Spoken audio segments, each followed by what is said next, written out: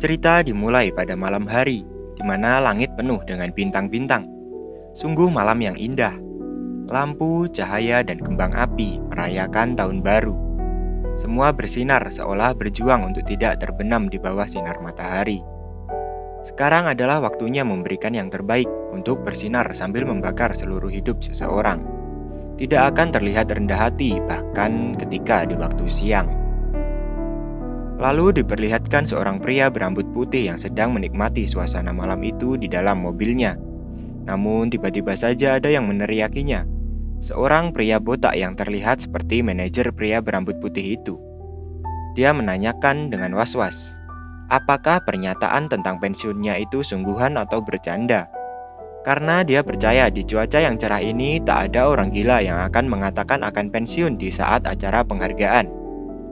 Pria berambut putih ini sebenarnya adalah seseorang yang serius dalam bisnis. Tapi tiba-tiba saja saat di acara penghargaannya dia mengatakan, "Saya akan pensiun."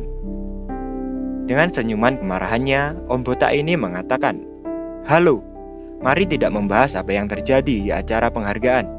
Ini bukan apa-apa, benar? Mereka yang biasanya memamerkan kesuksesannya berakhir tunduk padamu. Di malam saat meraih kemenangan, masih ada sesuatu yang kurang." Baiklah, aku paham. Tak peduli apa yang kau lakukan, aku akan mengabaikannya hanya kali ini. Mau kau memaki pada hakim, berjalan dengan bertelanjang kaki, atau membuat rumor tentang percintaan, aku yang akan bertanggung jawab. Sebagai gantinya, tindakan kriminal dan pensiun tidak diperbolehkan. Pria yang bernama Halo ini dengan santai menjawabnya, "Kenapa kau melakukan itu? Apa X adalah masalah besar?"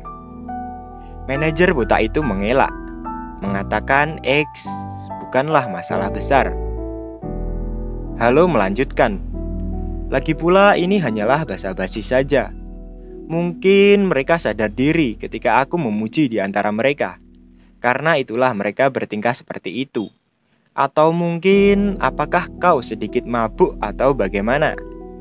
Mendengar perkataan yang tidak serius dari Halo, pria botak itu marah dan berkata, "Apa kita sedang bermain sekarang, hah?" Halo meminta maaf atas perkataannya. Menurutnya dia belum sadar dari mabuk saat ini. Dan berkata dalam hatinya kalau hal ini tidak akan bekerja sebab dia menyampaikan candaan ini dengan tulus. Manajer botak ini sampai kebingungan dengan tingkah Halo. Lalu dia menanyakan pertanyaan pada Halo.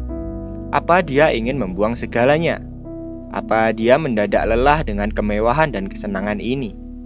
Manajer ini pun lelah dan bertanya langsung pada intinya, dengan menanyakan kepada Halo kenapa dia ingin pensiun. Dengan menatap pemandangan luar, Halo berkata dalam hatinya, kalau bukan seperti itu yang dia maksud. Dia tak ingin membuang segalanya. Dia tipe orang yang lebih suka menghabiskan daripada menyimpan, dan juga suka kesenangan dan perhatian.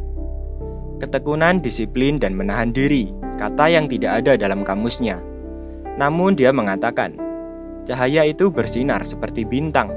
Semuanya akan hampa, seperti sesaat dia sadar bahwa cahaya yang menyilaukan ini tidaklah semenakjubkan itu, karena dialiri oleh listrik. Dia bahkan tidak lelah terhadap musik dan lagu. Dia masih menyukai musik. Itu yang baru saja terlintas di pikirannya. Hanya itu saja. Halo sudah melakukan semuanya. Ya, semuanya. Sekarang sudah tidak ada yang bisa dilakukannya. Sambil berpikir seperti itu, Halo membayangkan cerita hidupnya seperti sebuah film yang didasarkan pada kisah nyata. Manajer botak melihatnya dengan wajah sedih dan kasihan. Bertanya-tanya seberapa serius kecelakaan itu untuknya. Setelah larut dalam pikirannya sendiri, Halo tiba-tiba berkata, dimengerti. Yang membuat manajernya terkejut dan kebingungan. Halo berkata dia hanya bercanda mengenai pensiun itu. Mendengar itu, manajer botak ini kembali sumringah. Ya, itu hanya sebuah candaan, benar? Hei, hahaha. Aku senang kau menikmati candaannya. Itu sungguh momen yang tak terlupakan, katanya. Halo merasa dia harus merilis album baru dan muncul di acara talk show dengan perbincangan tentang pensiun. Dan dia juga harus tetap tinggal sampai dindingnya tertutupi. Jika Halo pensiun, mereka yang biasanya mengkritiknya akan senang. Dia tidak bisa melihat hal itu terjadi. Aku harus merilis sebuah album, bukankah begitu, Mary? Ucap Halo sambil memandang gitarnya. Lalu Halo pun mengangkat gitar itu dan mulai bermain. Mary merupakan satu-satunya gitar yang dibuat eksklusif untuk Halo oleh Kim X Marianne. Suara akustik yang menenangkan, cukup berbeda dari yang diharapkan pada Halo.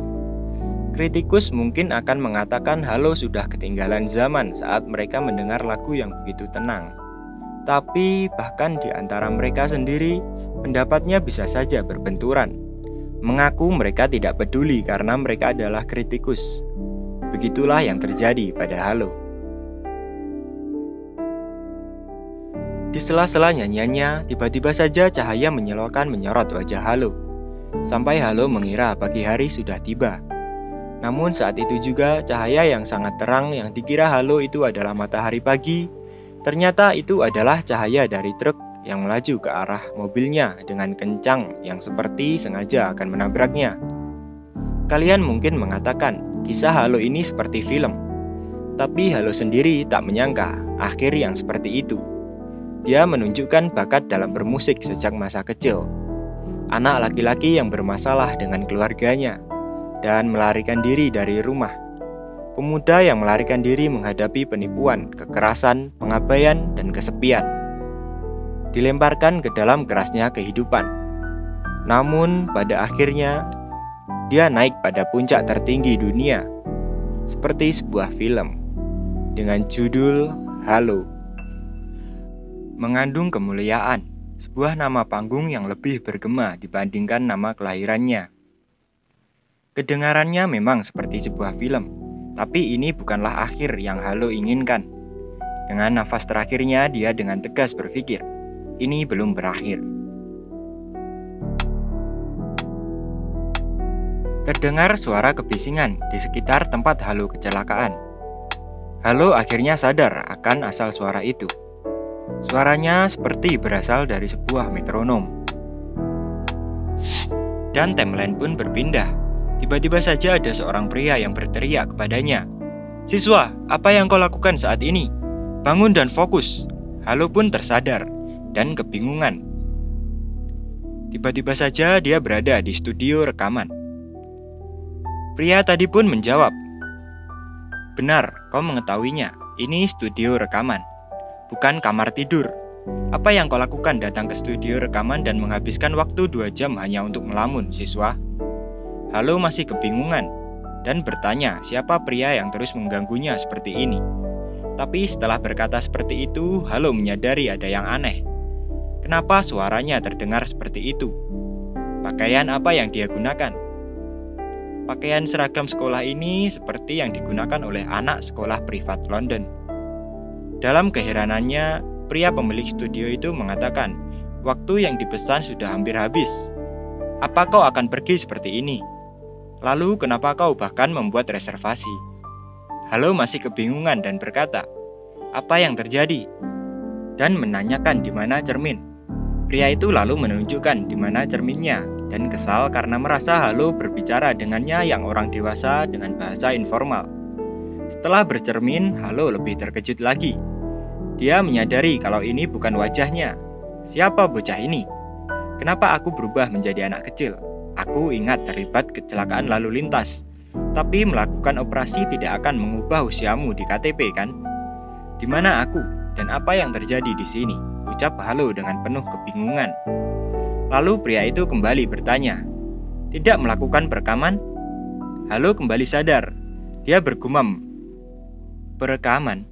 dan segera menatap gitar yang tergeletak di sana. "Apa semuanya sudah siap?" kata pria itu dengan wajah yang kesal. Dalam hati Halo berkata, dia belum siap. Dia bahkan belum memahami situasi ini, dan ini akan sulit jika dia dikeluarkan. Halo akhirnya menjawabnya. Dia memberi alasan kalau dia butuh waktu, karena tenggorokannya belum longgar. Mendengar itu, pria ini heran, mengatakan belum longgar, walau kau sudah melonggarkan tenggorokan selama 2 jam, dan masih mau nambah? Apa kau tahu kalau waktu yang kau pesan sudah hampir habis? Halo bertanya, berapa banyak waktu yang tersisa? Pria ini menjawab, kurang dari 1 jam. Dengan percaya diri, Halo berkata, waktu 1 jam itu sudah cukup untuknya pemanasan.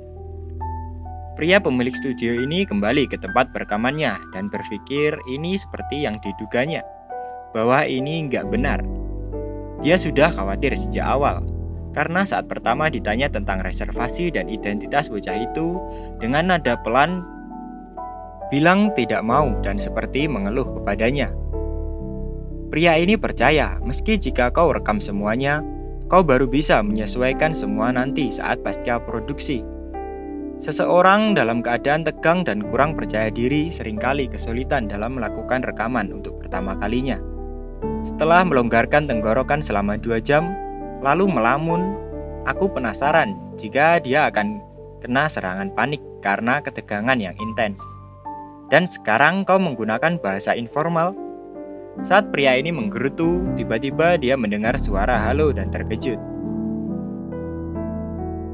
Saat sedang melonggarkan tenggorokan, Halo berkata dalam hatinya. Vokalisasinya sendiri berubah. Kondisi pita suaranya bersih. Dibandingkan dengan tenggorokanku, mungkin ini di bawah standar. Tapi tak ada yang salah. Tampaknya kau tak pernah minum alkohol atau merokok sama sekali. Dengan rentang vokal yang fleksibel ini akan menjadi suara yang bagus jika dirawat dengan benar. Sebuah kanvas kosong. Bagaimana aku akan mengisinya? Apa yang akan terjadi? Lebih tepatnya, jadilah lebih mengagumkan. Jika bukan aku, siapa lagi yang mungkin melakukannya? Seperti sebuah mawar merah. Musik seperti apa yang diinginkan jiwa ini? Saat itu Halo juga melihat sebuah catatan, dan dia juga bisa baca dengan lancar meski dalam bahasa asing. Berbicara pun bukanlah masalah juga. Halo berkata kepada pemilik asli tubuh ini kalau dia luar biasa karena sudah menyelesaikan aransemen dan komposisi sendiri.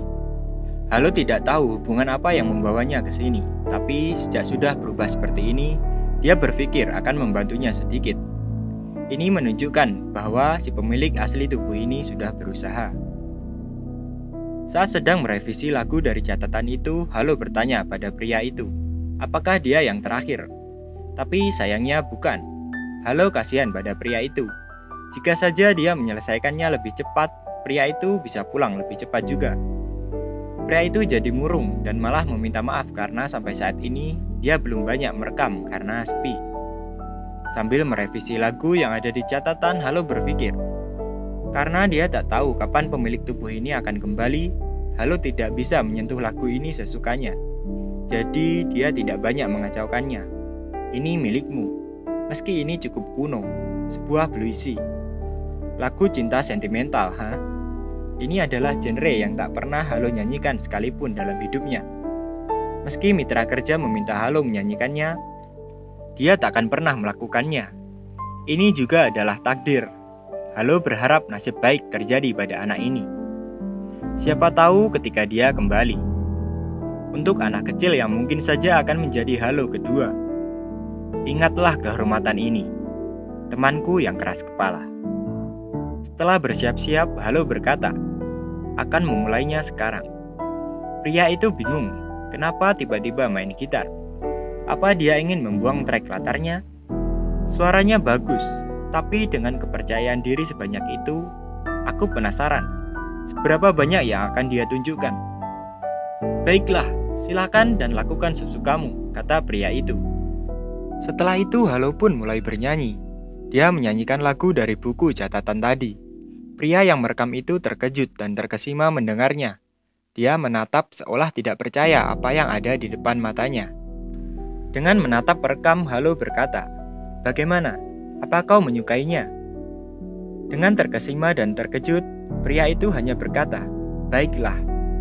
Ekspresi itu menyampaikan semuanya. Aku mungkin tidak cocok dengan balada, tapi anehnya ini cocok denganku. Melodi pada bait keduanya menjadi lebih beragam. Bagian pertama lebih simpel. Pada bagian selanjutnya lebih sungguh-sungguh. Dia berpikir awalnya dia harus berhenti dan merekamnya lagi. Tapi bagaimana bisa kau mengganggu aliran ini? Dan selesailah Halo memainkan lagunya. Dia pun berkata dalam hatinya, sedikit disayangkan, setidaknya pengeditan minimal. Sebuah bentuk hormat kepada anak kecil yang sudah membuat lagu ini. Ya hanya saja sedikit disayangkan. Tapi mau gimana lagi? Bagaimana? Apa kau puas? Namun tiba-tiba saja Halo merasa pusing dan seluruh tubuhnya gemetar. Dia tidak percaya hal ini terjadi. Tidak cukup stamina karena cuma menyanyikan satu lagu. Kau mencoba menjadi penyanyi dengan tubuh seperti ini? Ucap Halo ke tubuh anak ini. Dan dengan bersemangat, pria pemilik studio ini menghampirinya dan berteriak, menanyakan lagu yang barusan dinyanyikannya itu. Namun dia lebih terkejut lagi saat Halo bilang bahwa itu lagunya sendiri. Dia heran komposisi lagu yang bagus itu dari awal sampai akhir dibuat oleh seorang siswa dan tanpa sentuhan profesional. Lalu pria itu menawarkan bantuannya sebagai ahli. Dia merasa harus memberikannya sentuhan seorang ahli mulai sekarang. Dan akan melakukan beberapa pencampuran dan juga koreksi. Namun setelah mengingatnya, tak banyak hal yang bisa dilakukan lagi karena pengambilannya tadi sudah sempurna. Pria itu pun bertanya-tanya bagaimana dia bisa membuat lagu seperti ini. Apa dia seorang jenius? Dan saat itu juga pria ini bertanya pada Halo, siswa, apa kau akan mengunggahnya ke YouTube? Hari ini banyak orang yang melakukannya. Apa kau berencana mengunggahnya ke YouTube sebagai siswa atau persyaratan masuk kuliah? Halo awalnya menganggap YouTube ini sama seperti sebuah stasiun radio, dan kalaupun sama, bukannya mereka tidak menerima siapapun. Namun ternyata Halo salah mengira, dan pria ini menjelaskannya bahwa siapapun bisa mengunggah ke YouTube. Halo semakin bingung, siapa saja. Kalau seperti stasiun radio atau stasiun penyiaran, itu bukanlah tempat bagi siapapun bisa mengunggahnya kan? Entah kau punya uang, koneksi, atau sebuah nama, tanpa itu semua, kau akan kesulitan melakukannya. Jadi apa sebenarnya YouTube ini? Pria itu heran. Cukup mengejutkan orang di zaman ini tidak tahu YouTube. Dia ingin mendengar lagu itu lagi dan akan memberikannya layanan spesial, pikirnya. Akhirnya dia meminta ponsel Halo untuk memberitahunya langsung. Saat mencari ponselnya, di tas Halo terkejut. Di dalamnya terdapat segunung buku pelajaran. Dia pun heran, ini tas seorang calon penyanyi atau siswa teladan. Bukankah kau salah ambil tas orang? Setelah menemukan ponselnya, si pria ini heran. Kenapa kau menyembunyikan YouTube ke dalam folder? Mencurigakan. Terlebih kau sudah punya akun, tapi berpura-pura nggak tahu apa-apa ya. Setelah itu, pria itu mengajari Halo cara menggunakan YouTube. Dan memberitahunya jika mendapatkan banyak penonton, kau akan mendapatkan keuntungan. Rekamannya berjalan lancar. Aku akan mengirimnya besok lewat email. Videonya diambil dengan bagus. Aku bukan ahlinya dengan hanya satu kamera, tapi aksimu terlihat bagus, kata pria itu. Setelah diberitahu bisa mendapatkan uang dengan YouTube, Halo terkesan dan sangat penasaran. Dia bertanya-tanya apa prinsip dibalik mengunggah ini, dan bagaimana cara seseorang mendapatkan uang darinya. Apa-apaan ini? Aku merasa seperti jatuh ke dunia yang berbeda, kata Halo. Halo merasa kalau pemilik tubuh ini berkemas dengan baik, tapi melupakan apa yang sebenarnya perlu dia lakukan. Fokus ke YouTube dan melupakan semuanya. Saat berpikir seperti itu, Halo melihat sekitar dan merasa pemandangan ini sekilas terlihat seperti di New York. Tapi rambu yang tertulis bukan karakter Inggris. Orang-orang yang melewati jalan juga terlihat tidak dikenal. Dengan duduk di pinggiran studio, Halo bingung harus kemana dirinya pergi sekarang. Dia pun melihat identitas siswa ini. Sekolah Menengah Privat Seonyeon. Tahun ketiga, lahir November tanggal 14 tahun 116. No Hail. Menjadi tahun ke-9. Kau terlihat lebih tua dari yang kupikirkan. Namun Halo terkejut saat melihat nama Inggris dari siswa itu. Namanya adalah Hail Roh. Halo. Ini hampir sama dengan Halo. Nama ini terlalu mirip jika ini suatu kebetulan. Halo berusaha menenangkan diri dan berpikir. Pertama, ini bukan tubuhnya. Meski ada transplantasi otak, sadar saat di studio rekaman sungguh di luar nalar. Jadi mari berhenti berimajinasi. Ini lebih seperti merebut tubuh seseorang, seperti hantu. Dia berada di tubuh seorang remaja Asia berumur 14 tahun. Halo berpikir dia sudah mencuri tubuh anak kecil yang ingin rekaman itu, dan berkata ini bahkan tidak sesuai dengan keinginannya. Dan Halo tambah bingung, kenapa nama anak kecil ini Hail? Setelah sadar, ini adalah tempat asing yang dipenuhi dengan koran. Dia tak tahu anak pemilik tubuh asli ini pergi kemana, dan tidak ada eksorsis. Halo berpikir, dia mungkin harus menemukan apa yang harus dilakukan. Mungkin saja masih ada yang belum ditemukan. Atau ini kelainan mental, atau mimpi. Saat ini Halo terus saja bertanya-tanya di kepalanya. Dan tiba-tiba saja ada beberapa orang yang menghampiri dan menyapanya. Sambil menatap Halo yang sedang kebingungan, orang itu bertanya, "Apa yang terjadi, Roh Hail? Apa yang kau lakukan di sini?" Seperti tunawisma.